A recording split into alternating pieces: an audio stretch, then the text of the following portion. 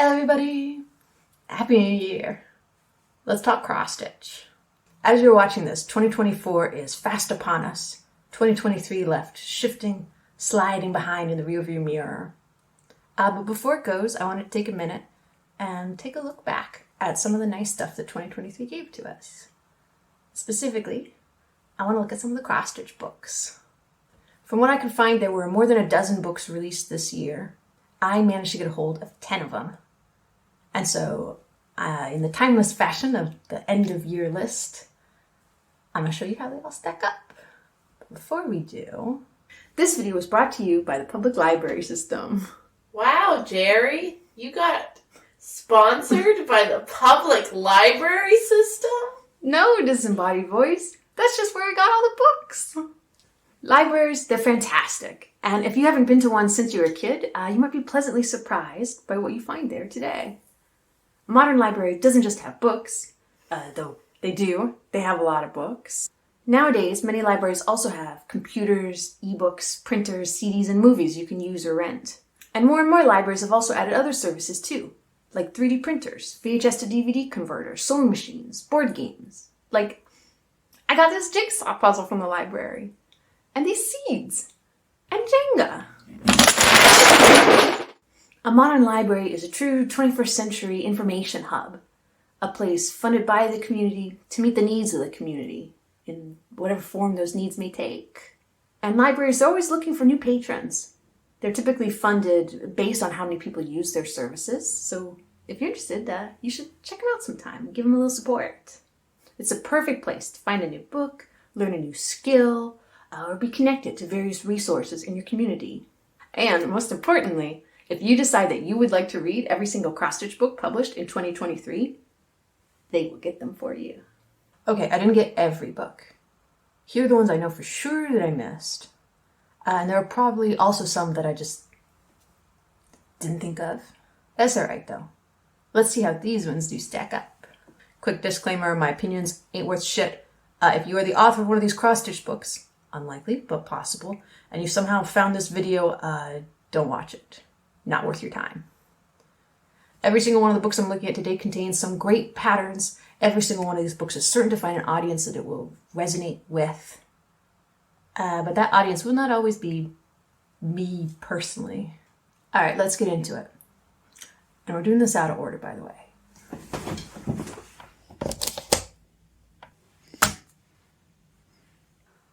Number 7, Maybe Swearing Will Help. Published by Weldon Owen. This was a good year for books. I'm putting this at number 7, but trust me, this one's still really, really good. This book is a multi-artist collaboration. There are 13 artists contributing patterns, all on a common theme.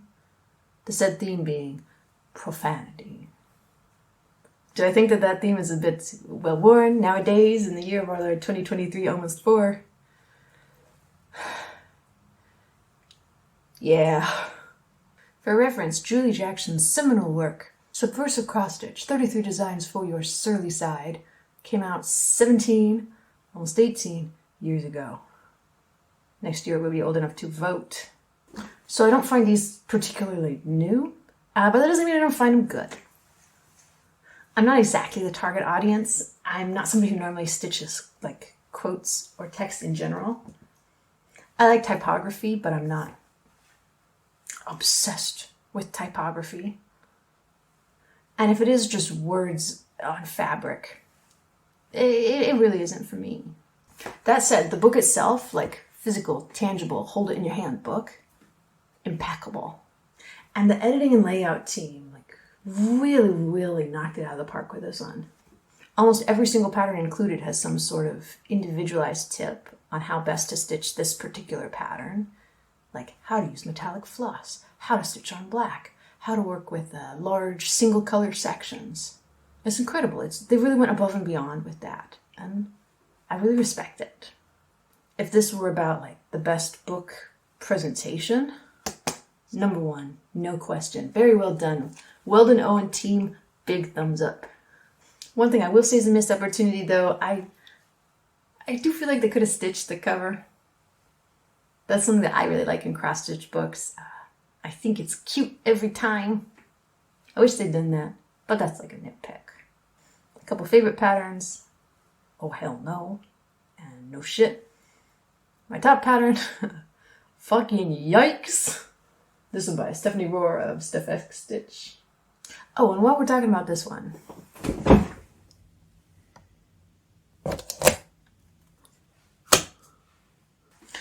Number 9, Festive as Fuck. Also published by Weldon Owen. Also using multiple designers. This one, same team, slightly overlapping set of designers, basically the same shtick. Like, this time it's Christmas. There are a few patterns, the typography is less interesting. There's, the specialized tips are basically all gone. And also, I don't know, it's Christmas. I ain't much for Christmas. Favorite pattern? This one, I guess? I'll be real with you, I'm not really feeling any of these.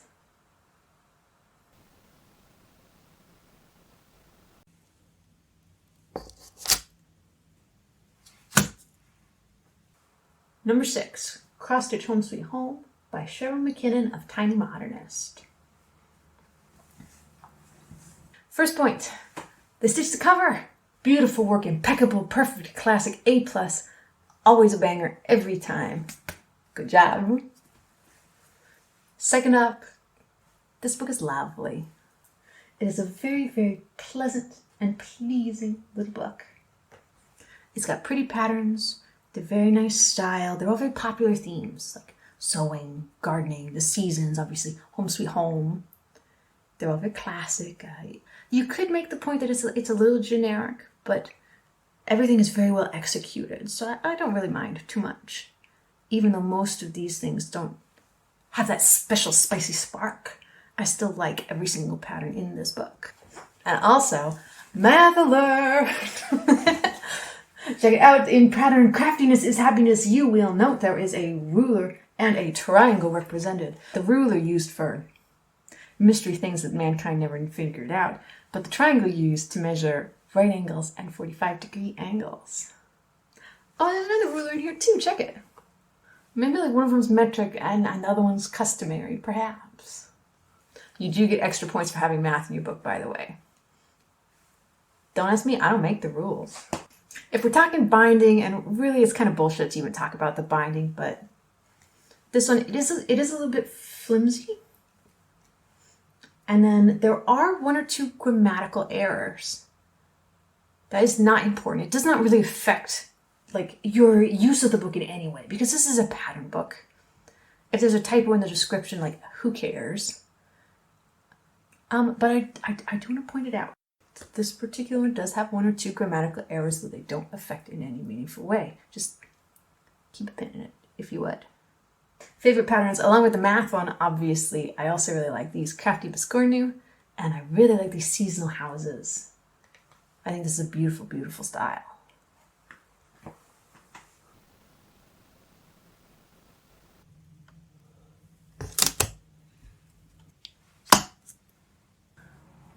Number 5, Enchanted Cross Stitch by Grace Isabel, founder of Innocent Bones.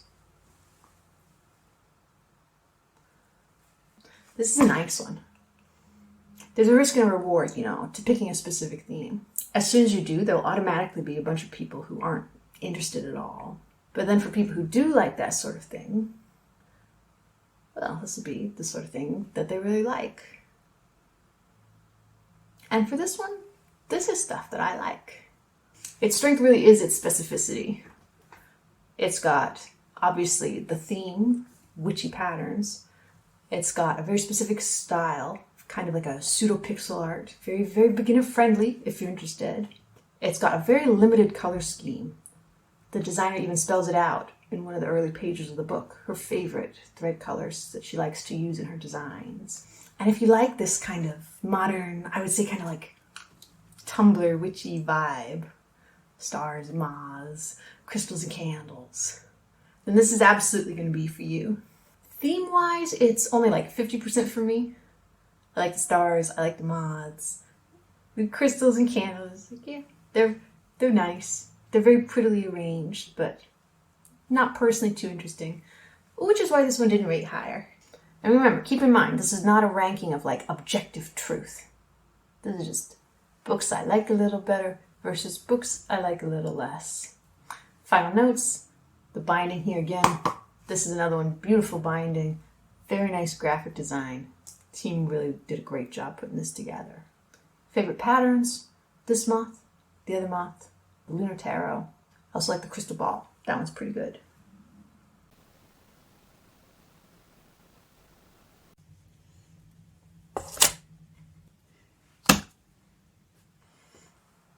Number 4, The Book of Cross Stitch, An Essential Guide by Doreen Jones. This is the only book in the set that is not primarily a pattern book. This is, like the title says, an essential guide trying to teach you how to do anything and everything you may want to do related to cross stitch. And I really do mean everything. Along with a very robust how to stitch guide, there's also info on the history of cross stitch, how to do different specialty stitches, how to pick fabric and notions and needles. And then my personal favorite part, it has a lot of info on how to get into designing and modifying patterns. And when I say a lot, I mean a lot. Like, this is comprehensive. If you're interested in just editing a pattern, it'll walk you through that. How to swap out colors, how to arrange motifs to make a sampler, how to take an existing element in a pattern and swap it for something else from a different one. If you're interested more in designing, it'll tell you how to do it on grid paper or on different programs. It'll tell you how to convert a photo into a cross-stitch pattern. It'll even get you started with color theory. I've never seen a cross-stitch book that will go in and actually talk about that. The author of this book, Doreen Jones, is a published pattern author herself. She's published several books already, and she really knows her stuff. This book, it's positively jam-packed with different information, and I feel like it must have been a massive undertaking to put together. That being said, her editors really did her dirty. Let's take a closer look at a couple of those pages. The proofreading in this book is terrible. It is loaded with typos, grammatical errors, and honestly, you can flip a coin on whether any occurrence of its will be the proper one. This book actually had the same editing team as Home Sweet Home, but the sort of errors that were insignificant in a pattern-focused book are really, really frustrating in a text-based one like this. Honestly, it's really disappointing. Especially because you can tell that like a huge amount of work went into every other aspect of the book. Along with the text, every page is really well illustrated, lots of photos, diagrams, etc. Like, they included like a life-size demonstration on how fabric count work. That's great. Plus, like 39 patterns. That's more than half of the other books in this list. But the shoddy editing really, really, really hurts it. I have no idea if it will be successful enough to warrant a second printing. But if there ever is, I really hope that they'll be able to go back and fix some of the errors that were in this particular one. If I had to pick a favorite pattern, I would pick these butterflies, I think. Though in truth, the whole sum total of the book is my favorite. Good information, just poorly assembled.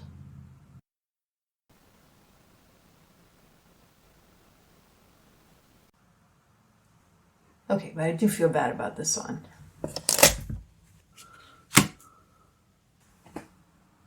Number 8, Cross Stitch with Catitude by Emma Congdon. Fun fact, if I had made a top 10 list in any other recent year, the number 1 book would be an Emma Congdon book. Her last 2 books, Cross Stitch for the Soul and Cross Stitch for the Earth, they're both bangers, honestly. I think she's one of the best designers alive. And you can see her skill evident in this book. First up, big point, there's a cross-stitch cover. I like the cross-stitch covers. Second up, this book has a very strong visual identity. There are lots of psychedelic colors, there's a lot of standout typography, and of course the theme, which is cats. So if you are a cat person, this book is for you. But I'm not a cat person.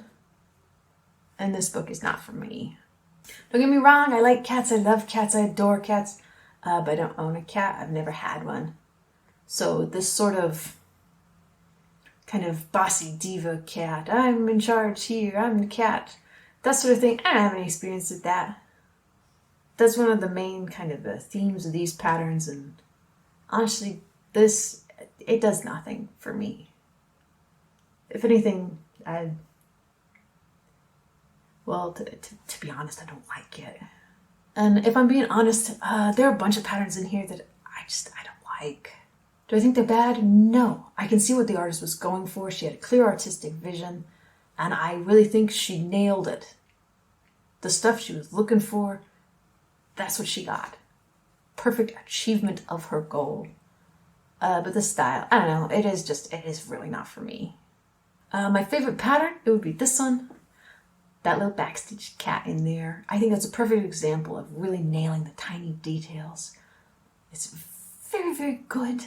Very fitting, appropriate, beautiful, cute. But the pattern as a whole, I don't know. I wouldn't stitch this.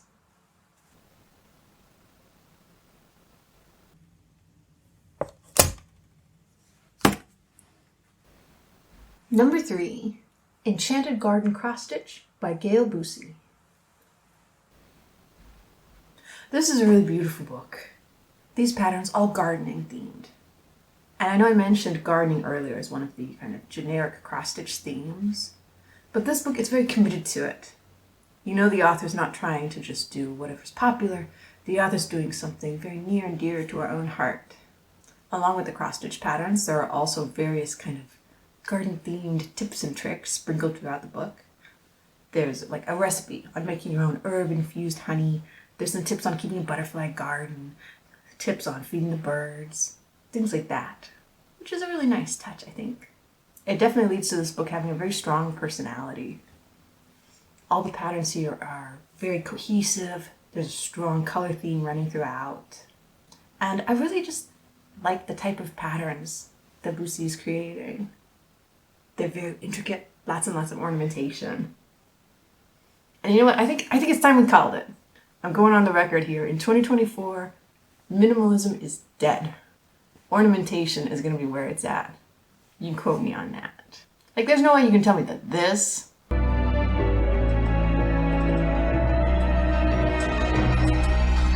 is cooler than this.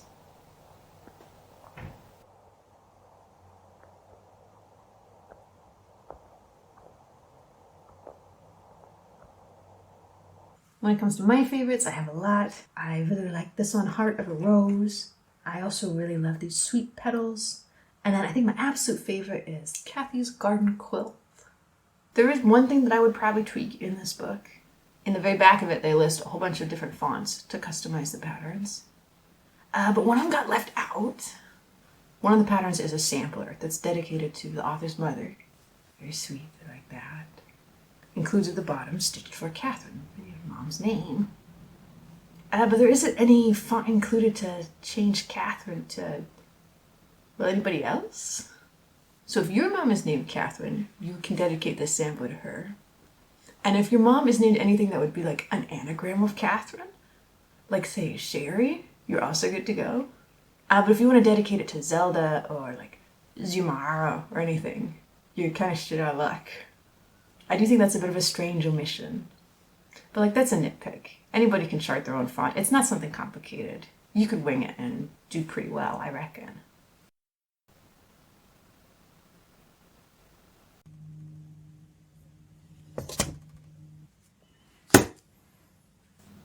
Number 2, Cute Kawaii Cross Stitch by Sosai and Dennis Caetano.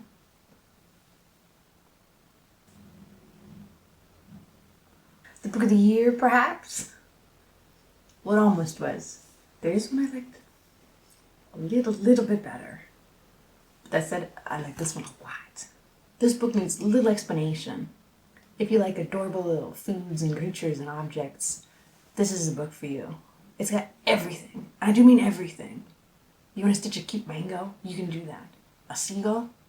A toaster? It's all in there. You can refer to the index in the back of the book if you'd like to see what all is included. Or if you need to find a page number for a specific one, like say the Kawaii Sriracha. The patterns are arranged 5 to a page with a combined key for all of them included as sidebar. And the colors that are used in the pattern, they all overlap. Here on page 1, the star symbol is DMC 666 Christmas Red. And it is the same, that star, in every other pattern. This makes the patterns easy to use, and it actually saves a little money too, because you only need to buy a few skeins of thread to stitch basically the whole book. If you are watching this and thinking about trying cross-stitch for the first time, this is the book I would start with. It is immensely beginner-friendly.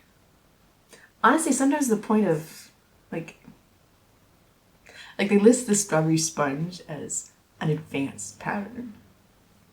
I think this book is great. It's a simple, fun idea done comprehensively well. If you count them, there are 401 patterns in this book, which does make the cover blurb a little bit funny. Like, yeah, I mean, technically there are. My second favorite pattern in the book is this pie.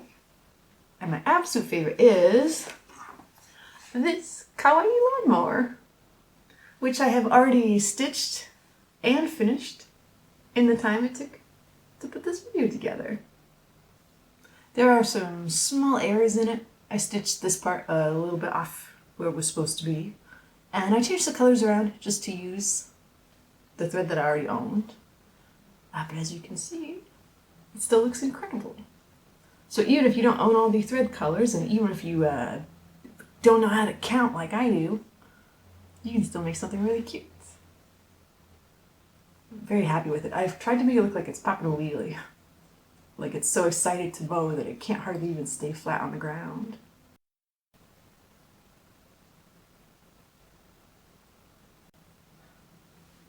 Hey, let's show you this one.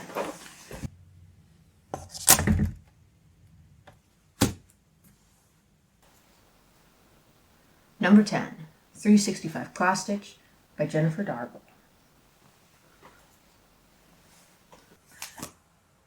This is a book that collapsed under the weight of its own gimmick. Don't get me wrong, I love a good gimmick, especially a number gimmick.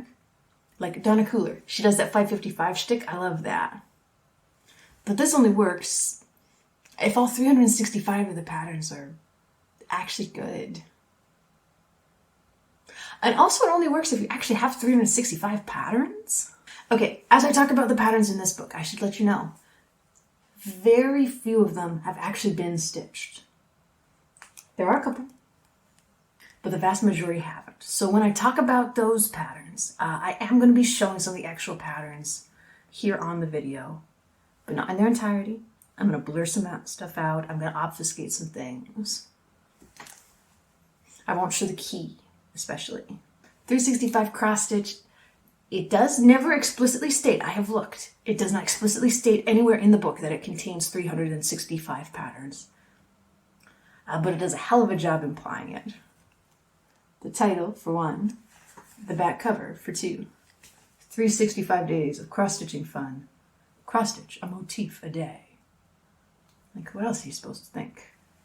And you'd be justified in thinking that there are 365 patterns in here. Like, by cross-stitch standards, this is a pretty hefty book. Now, there isn't an official count of pages listed in this book, and there is not an index. So to figure out how many there were in here, I went ahead and counted them. And in order to be fair, I tried to be as generous as possible.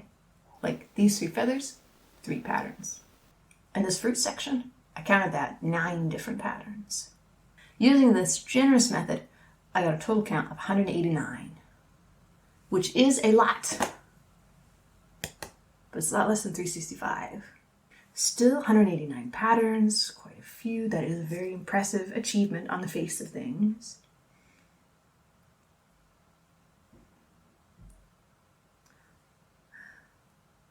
It is a little less impressive, I will say though, once you take a closer look at some of the patterns. Don't get me wrong, I'm not trying to be a hater. There are a lot of good patterns in here. Like, I think each of these, very nice. But for every solid looking pattern, honestly, there'll be 1 or 2 that I personally think really miss the mark. Like, these, they don't do it for me. And honestly, I don't think they get any better if you look more closely at them. Like, check out the right side of the center ornament there. That should have been fixed before it went to print. And it definitely shouldn't have been duplicated in this identical red ornament on the very next page.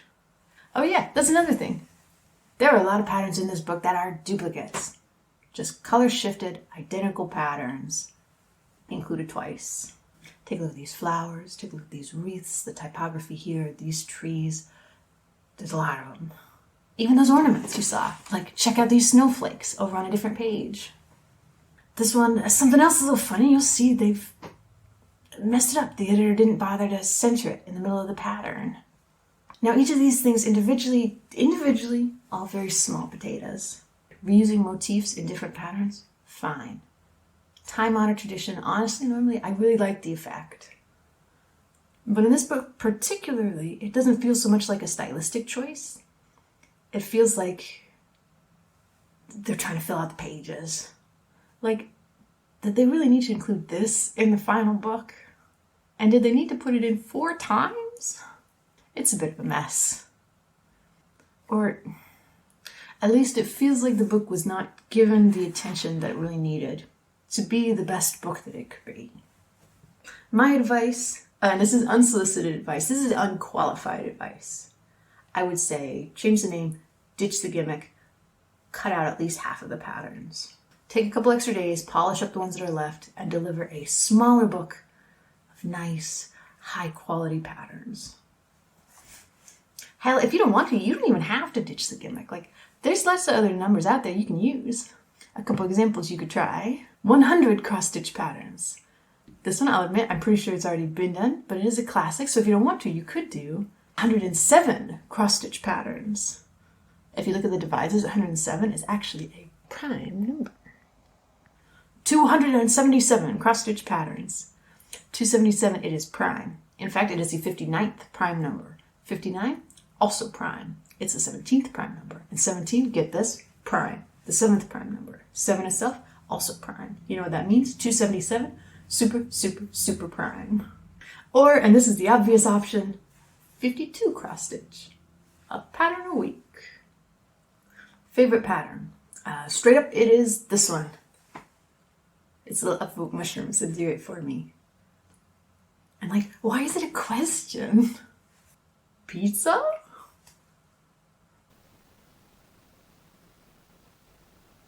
And now, number 1.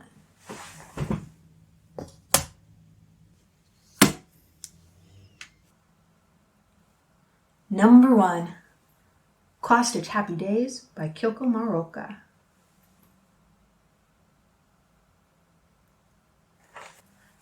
This book kicks ass. Cross-Stitch Happy Days, it's stylish, it's inventive, it's very lovingly crafted. Kyoko Maruoka's designs are very beautiful, and they really strike a balance between this realism and stylization, especially when it comes to her plants. Everything's grounded in reality. Like, these aren't just generic Mario mushrooms. Like, that's a fly agaric. That's a bridal veil stinkhorn. You can even identify which trees are in her alphabet sampler. Like that there, that's a ginkgo. That's got to be a birch, weeping willow. I don't know what that one is, but I bet some of you can tell. You guys probably really love trees. Now, is it necessary for all cross-stitch patterns to be grounded in reality? Well, no. But it does make even the very familiar topics feel fresh and alive. And it provides a really strong foundation for the artist to build off of.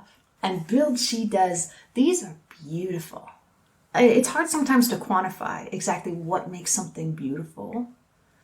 But like, you know when you see it, right? Like say we saw that fruit pattern before, there's a fruit pattern in here too.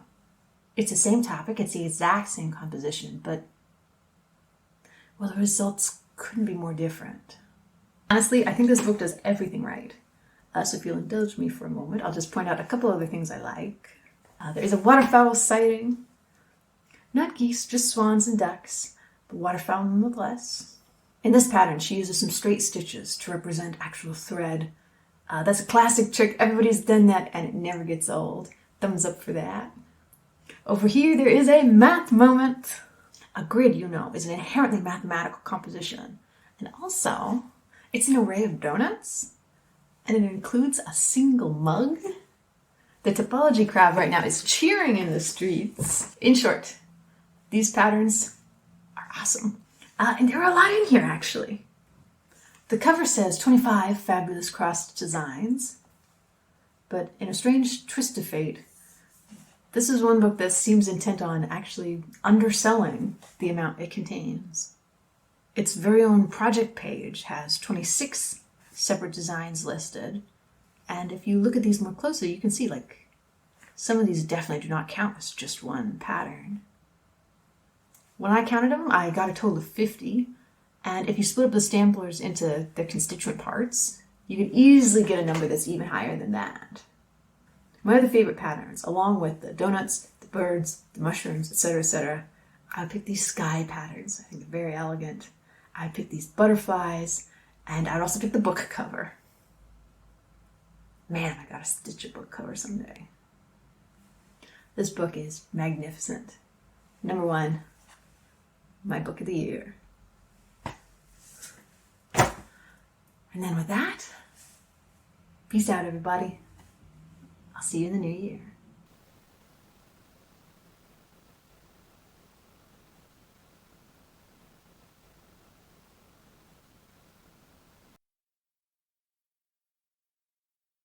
The library is a perfect place to find a new book, learn a new skill, or do something else. Get connected to resources in your community. Dude, can you tell I don't practice this? I just sit down and I'm like, I can get this. I know what I wrote. Yeah, I can tell.